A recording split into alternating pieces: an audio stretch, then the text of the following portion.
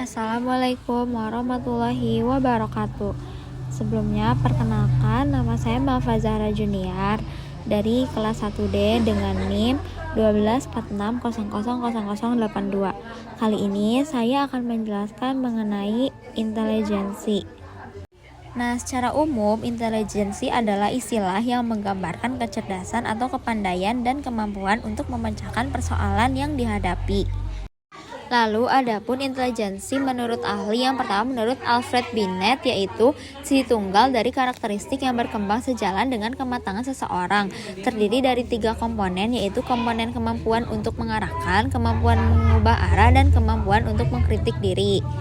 Lalu yang kedua menurut Edward Lee Thorndike, yaitu terdiri dari kemampuan yang spesifik yang ditampilkan dalam perilaku intelijen, berupa kemampuan memahami dan menyelesaikan masalah dengan cepat dan mendalam, dan kemampuan ingat yang tinggi dan imajinasi yang berkembang baik. Lalu yang ketiga menurut David Westler, yaitu suatu kapasitas individu untuk bertindak dengan terarah, berpikir rasional, dan berhubungan efektif dengan lingkungan.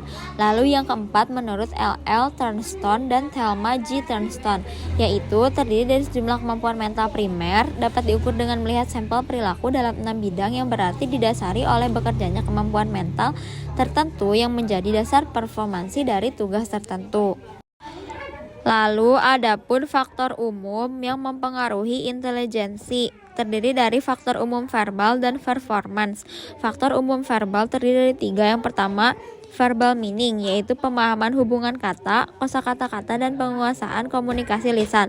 Lalu yang kedua adalah number facility, yaitu kecermatan dan ketepatan menggunakan fungsi-fungsi hitung. Lalu yang ketiga adalah reasoning, yaitu kemampuan mengambil kesimpulan dari contoh, aturan atau prinsip. Nah, adapun faktor umum performance ada 3 juga. Yang pertama itu rote memory, yaitu kemampuan mengingat gambar, pesan, angka, kata, dan bentuk. Lalu yang kedua ada word fluency, yaitu kemampuan mencerna kata tertentu dengan cepat. Dan yang ketiga adalah spatial relation, yaitu kemampuan mengenali berbagai hubungan dalam bentuk visual. Nah, intelijensi juga terdiri dari 3 klasifikasi. Ketiganya itu pasti dimiliki oleh individu dalam kadar yang berbeda-beda untuk masing-masing areanya. Yang pertama itu ada social intelligence. Itu efektivitas, kemampuan, dan keterampilan seseorang dalam menghadapi orang lain. Contohnya itu misalnya beradaptasi dalam lingkungan baru, membangun hubungan yang baik, dan mengerti situasi dan kondisi. Lalu yang kedua itu ada concrete intelligence, yaitu kemampuan untuk melakukan aktivitas yang menuntut aktivitas sensori motor. Contohnya itu misalnya bisa membaca Google Map, menyelesaikan puzzle, dan menyusun barang dengan rapi. Lalu yang ketiga itu ada abstract intelligence, yaitu kemampuan berpikir dan bekerja dengan menggunakan gagasan. Contohnya itu bisa menyelesaikan masalah matematika, berpikir filosofis, dan berpikir strategis.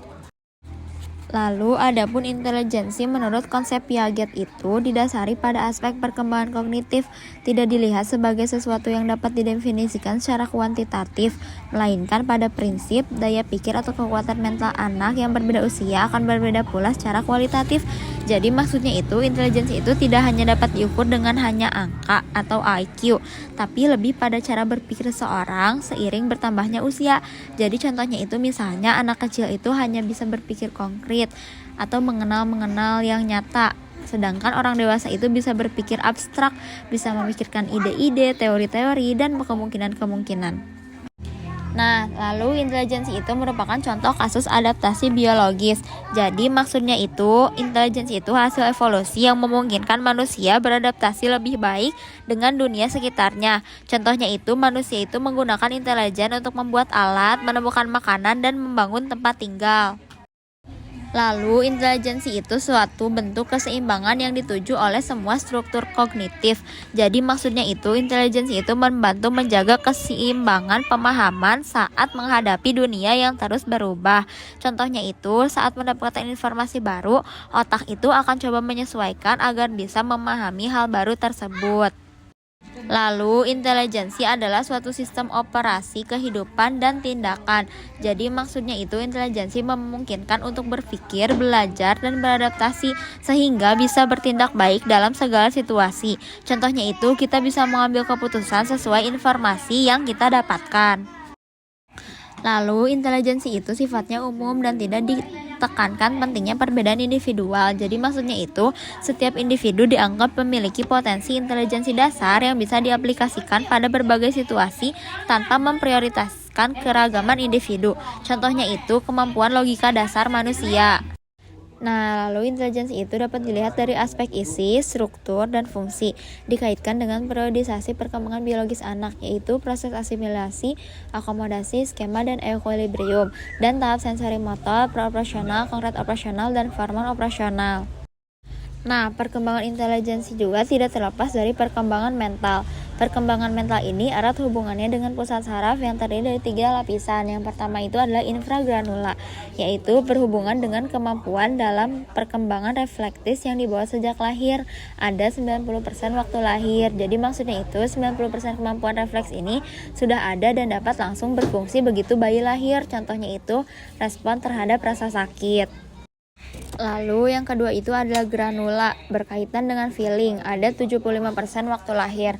Jadi maksudnya itu membantu bayi berinteraksi dengan dunia sekitarnya lewat ekspresi dan perasaan dasar. Contohnya itu perasaan atau feeling.